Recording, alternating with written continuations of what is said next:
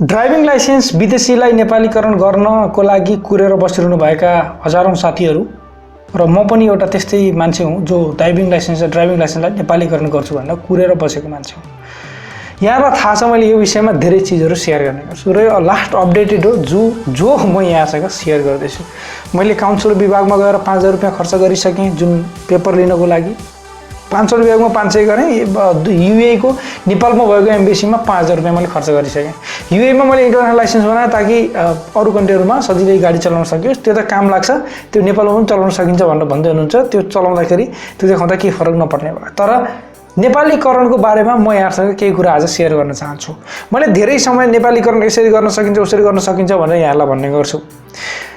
यातायात व्यवस्था विभागले एउटा लेटर निकाल्यो केही समय पहिला, लगभग वैशाखतिर एउटा लेटर निकाल्यो जसमा भन्यो कि जुन यातायात व्यवस्था लाइसेन्सिङ डिपार्टमेन्टहरु छन्, जस्तै ठुलो भर्याङ भयो, अल ओभर अरू ठाउँमा भयो, यहाँनेरि सुकेदारेमा भयो, एकान्त कुना भयो, भक्तपुर, अलग अलग जुन ठाउँमा छन् तिनीहरूले चाहिँ यसरी आफूले चाहिँ लाइसेन्स नदिने खुरुका हाम्रो पठाउने गरेको पाइएकोले अब त्यस्तो नगरिकन त्यो ठाउँबाट हाम्रो यो कानुन अनुसार तपाईले दिन पर्ने हुन्छ र दिनुहोस् भनेर त्यसले पठायो। त्यसपछि म गएको थिएँ एकचोटि, यहाँलाई पछिल्लो एउटा भिडियो बताएँ पनि, त्यहाँबाट के हुन सकेन। त्यसपछि सेकेन्ड के भयो भने फेरि एकचोटि ताकेता पत्र भनेर यातायात व्यवस्था विभागले अर्को एउटा लेटर लेख्यो तिनीहरूको लागि। त्यो लेटर पनि मैले देखेँ, त्यो लेटर हातमा बोकेँ।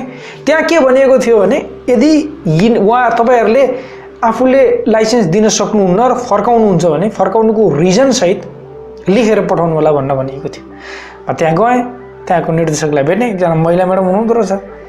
उहाँलाई गएर भेटेँ भने म्याडम नेपालीकरण गर्नु थियो। पहिला त बाहिर भने, बाहिर त मिल्दैन भनेर पठाउनु खोज्दै हुनुहुन्थ्यो। मैले लेटर देखाएँ, लानुहोस् लेटर भनेर।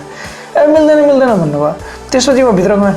भित्र जाँदाखेरि माथि गएँ, माथि सानो भर्याङमा हो, ठुलो भर्याङमा। माथि गइसकेपछि उहाँले मलाई मिल्दैन भन्नुभयो। मैले किन मिल्दैन भन्नुहोस्, म भिडियो खिच्छु भनेर। जो पनि भिडियो खिच्ने भने 4-5 कर्मचारी हुन् त, जो पनि भिडियो खिच्ने भनेर भन्नुभयो। म खासै पत्रकार होइन, त मसँग पत्रकारको कार्ड पनि छैन कि, त्यसरी जबरजस्ती मैले भिडियो खिच्न पनि मिल्दैन र सक्दिनँ पनि। त्यो अलिकति मेरो पत्रकारै हुन्थेँ भने लगभग गर्न पनि मिल्थ्यो होला होइन। मसँग पत्रकार भनेर कुनै अफिसियल्ली केही छैन मसित। युट्युबमै देखाउनुको लागि यसरी खिच्छु भनेर चाहिँ पर्मिसन बिना खिच्न त पाइएन नि त। त्यही भएर मैले भिडियो चाहिँ खिच्न पाइनँ, चाहिँ खिचिनँ भने। र मैले उहाँलाई एउटा लेटर लिएर दिनु न भनेको। एकजना अलि टाठोबाटो हुनुहुँदो रहेछ साइडमा, उहाँले क्षेत्रको एउटा लेटर देखाउनु भयो मलाई, क्षेत्रको एउटा विधान देखाउनु भयो, जुन एउटा क्षेत्रले निकालेको हुन्छ नि, साधारण जुन क्षेत्र छन्, प्रदेश छन्, प्रदेशले निकालेका जुन विधानहरू छन् त्यसमा लेखिएको एउटा कुरा देखाउनु भयो। त्यो कुरा अनुसार के छ भने विदेशी लाइसेन्सलाई नेपालीकरण गर्न सकिनेछ, तर ट्रायल दिनुपर्ने छ भनेर त्यहाँ लेखिएको छ।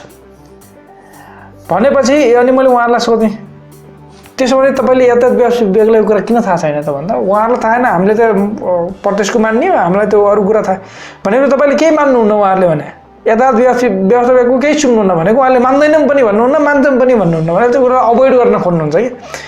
भन्न खोजेको मतलब एज अ सिम्पल वेमा भन्दाखेरि चाहिँ उहाँले अनि मलाई फाइनल्ली के भनेर पठाउनु भयो भने, हेर्नुहोस् अब तपाईँ हाम्रो अब अहिलेको रुल्स अनुसार तपाईँ फर्म भर्नुहोस्, आएर ट्रायल दिनुहोस्, लाइसेन्स निकाल्नुहोस् भन्नुभयो होइन। लिखित चाहिँ दिनु परेन, ट्रायल चाहिँ दिनुहोस्, लाइसेन्स निकाल्नुहोस् भन्नुभयो। अब त्यो गर्दा अलिकति टाइम लाग्ला। त्यो ट्रायलको लागि नै फर्म भर्नै टाइममा सकिँदैन, अलिकति कोटा राख्यो अन्त त्यो टाइममा भर्नु पऱ्यो।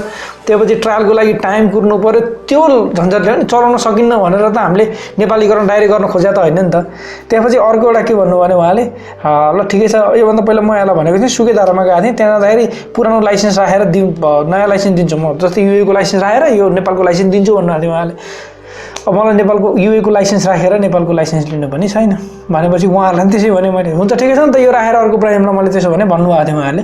त्यसो भन्दाखेरि म त्यस्तो चाहिँ गर्दिनँ, किनभने यो त म युए गइराख्नुपर्छ, त्यहाँ गाडी चलाइराख्नुपर्छ होइन। यहाँभन्दा सजिलो छ युएमा गाडी चलाउनु पनि गाडी पाउनु पनि।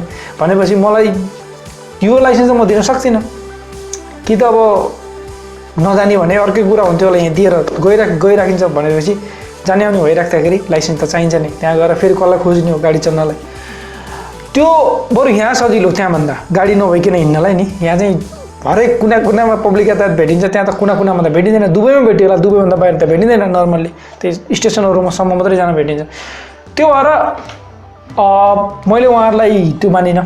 तर उहाँले मलाई फाइनल के सजेसन दिनुभयो भने, हेर्नुहोस् तपाईँले लिखित दिनुहोस्, र होइन लिखित दिनु परेन, ट्रायल दिनुहोस् र लाइसेन्स निकाल्नुहोस् भन्नुभयो।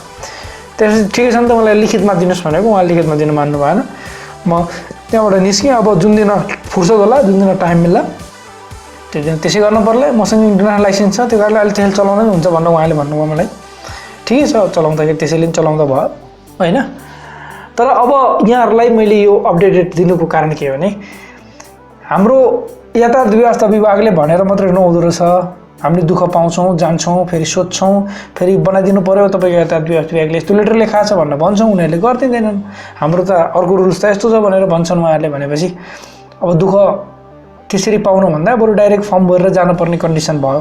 त्यही पनि यहाँहरूले कोसिस गर्नुहुन्छ, जानुहुन्छ त्यो लेटर लिएर भने म लेटरलाई मेरो फेसबुक पेजमा पोस्ट गरिदिनेछु। त्यहाँ गएर यहाँले डाउनलोड गर्न सक्नुहुनेछ अथवा सेभेज गरेर प्रिन्ट गरेर तपाईँ पनि लिएर जानु होला। जसरी म गएँ, तपाईँ अरू अरू क्षेत्रहरूमा जान सक्नुहुन्छ। म चाहिँ ठुलो भर्याङमा गएको थिएँ, तपाईँ अरू ठाउँहरूमा जस्तै अरू ठाउँहरू जस्तै पोखराकै भयो, विराटनगर, कुन ठाउँमा छ त्यो ठाउँहरूमा यहाँहरू जान सक्नुहुन्छ।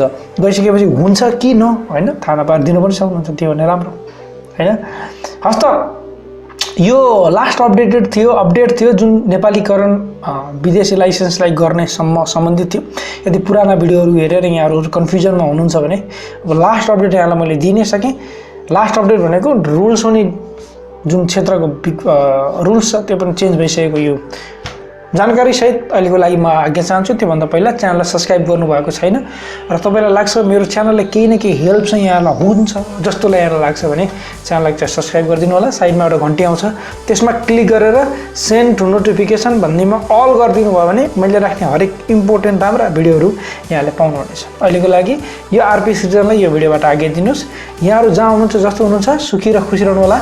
हस्त, नमस्कार।